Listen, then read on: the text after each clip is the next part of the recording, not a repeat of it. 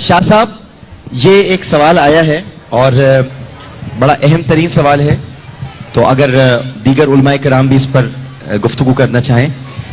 وہ یہ پوچھ رہے ہیں کہ ہم سب کی رہنمائی فرما دیں، کیونکہ نبی کریم صلی اللہ علیہ وآلہ وسلم کا علم غیب کیا ہے، یعنی ہمیں کتنا ایمان رکھنا چاہیے ان کے علم غیب کے بارے میں.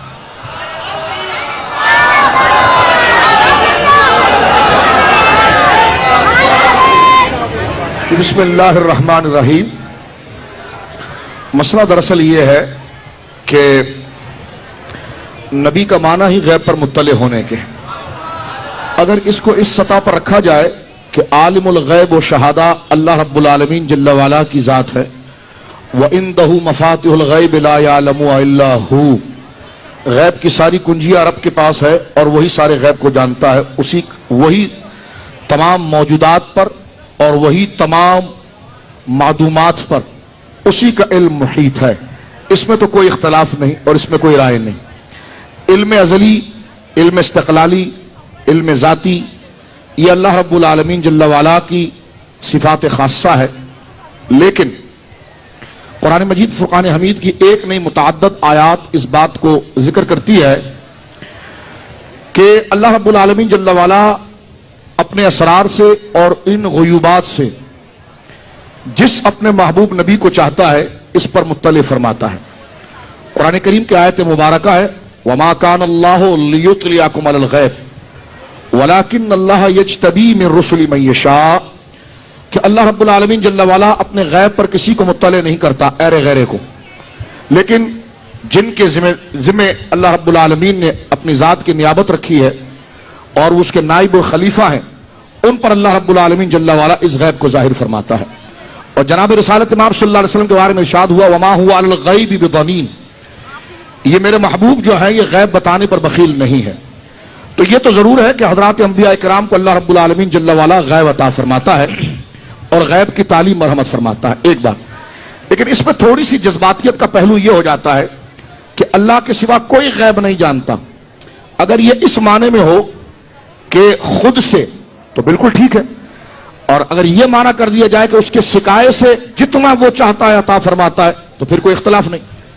لیکن ایک لفظ یہ ہے، کبھی کبھی یوں ہوتا ہے کہ نہیں، غیب کا اطلاق اللہ کے علاوہ کسی پر آپ کر ہی نہیں سکتے.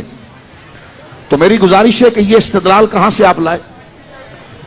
تو انہوں نے کہا جی قرآن کی آیت ہے عالم الغیب والشہادہ، تو دیکھو غیب کا عالم اللہ ہے، تو میں نے کہا شہادت کا بھی عالم تو اللہ ہے.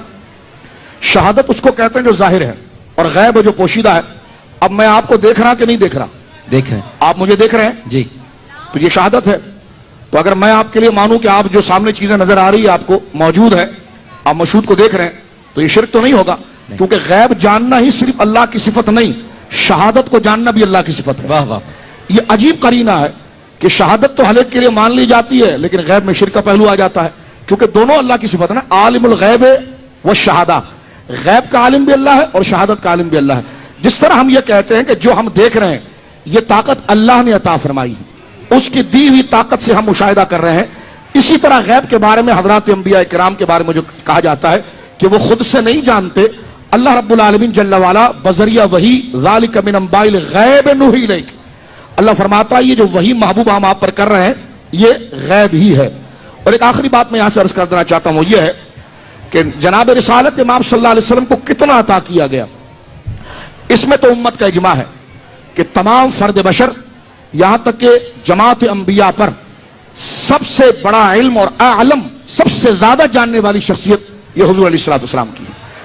ہمارے فقہا نے، ہمارے سیر و اعلام کے ماہرین نے اس مسئلے کو لکھا علم کلام میں کہ اگر کوئی شخص یہ جملہ کہے کہ فلاں شخص حضور سے زیادہ جانتا ہے تو وہ دار اسلام سے خارج ہے، اس لیے کہ یہ سب کے حکم میں ہے، یہ نبی کو سب کرنا ہے معاذ اللہ، تو اس لیے اس کو اہانت کہا گیا ہے. تو اس میں تو کوئی شک نہیں کہ اللہ رب العالمین جل وعلا نے سب سے کامل اور اکمل علم اپنی خلق میں حضرات انبیاء کو عطا فرمایا، اور حضرات انبیاء میں سب سے مکمل اور اعلیٰ علم جو ہے وہ رسول کریم صلی اللہ علیہ وسلم کو عطا فرمایا.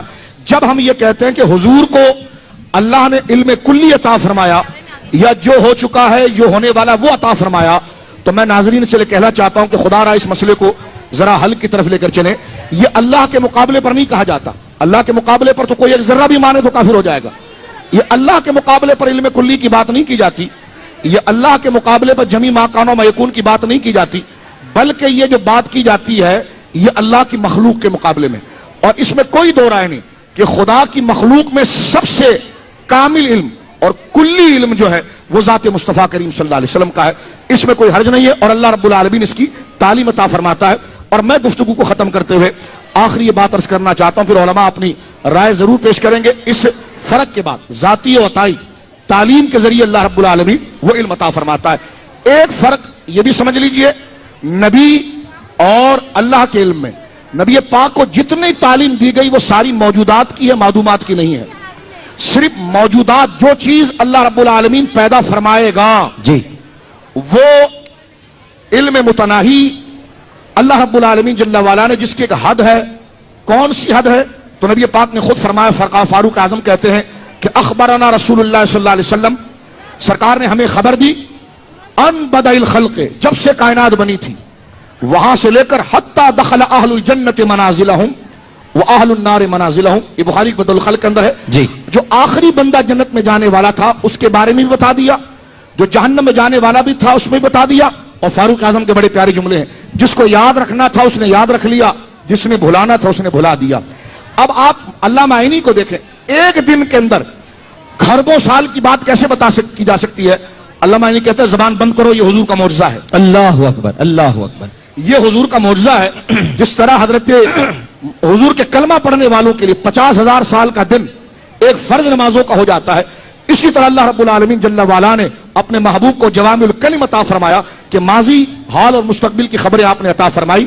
لیکن جو خاص اسرار الہی ہیں معدومات سے متعلق, جس علم کی انتہا نہیں ہے, غیر متناہی ہے, وہ علم کوئی مسلمان حضور علیہ الصلوۃ والسلام کے لیے مانتا نہیں. وہی علم مانتا ہے جس کی ایک ابتدا ہے اور انتہا ہے. اور وہ ابتدا کب ہے؟ جب سے کائنات بنی ہے. وہ انتہا کب ہے؟ جب سب جنت میں چلے جائیں گے اور جہنمی علیہ باللہ جہنم میں چلا جائے گا. یہ ابتدا ہے, یہ انتہا ہے.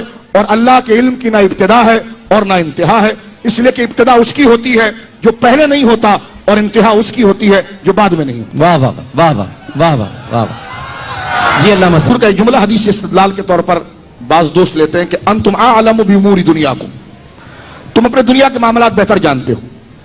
میں اس پر یہ عرض کرنا چاہتا ہوں, کیوں بہتر جانتے ہو؟ کہا نبی اس لیے نہیں بھیجا جاتا کہ کھیتی باڑی کے کام بتائیں. میں نے کہا آپ نے طب نبوی پہ کتاب لکھی ہے؟ کہا ہاں میں نے لکھی ہے. میں نے کہا میتھی کے فضائل آپ نے لکھے ہیں؟ کہا ہاں. میں نے کہا آپ کے ابا نے بتایا تھا؟ کہنے لگا نہیں نبی پاک نے بتایا تھا. تو میں نے کہا یہ میتھی کے فضائل جو نبی پاک بتا رہے ہیں یہ بتانے کی اہلیت حضور کو ہے؟ کہنے لگا ہے.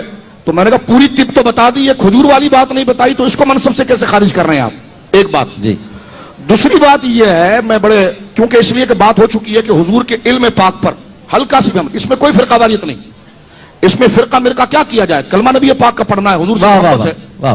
جب بات واضح کر دی گئی تو ہم اپنی صفوں سے وہ بلیک شپ, کالی بھیڑوں کو نکالیں کہ جو اس قسم کے اختلاف بات کرتے ہیں. قاری صاحب نے بڑی خوبصورت بات کی ہے کہ جناب یہ الفاظوں کا ایک نزاع ہے. جب الفاظ طے ہو گئے ہیں تو اب جزیات کی طرف جا کر ان لوگوں کے اعلی کار بننا کہ جو چاہتے ہیں کہ امت جو ہے وہ حضور علیہ الصلوۃ والسلام کی ذات مبارکہ پر جو وحدت ہے وہ پامال اور ختم ہو جائے, یہ حدیث پاک کی سند پر کلام ہے ایک. اور دوسرا یہ کہ حضور کی تربیت ہے. آقا چاہتے ہیں کہ میرے صحابہ مضبوط متوکل بنے, مضبوط متوکل بنے, توکل کریں. ملا علی قاری علیہ رحمہ کو دیکھیں, فرمایا یہ حضور نے تربیت کے حوالے سے فرمایا. ٹھیک ہے, فرمایا جاؤ انتم عالم بامور دنیاکم.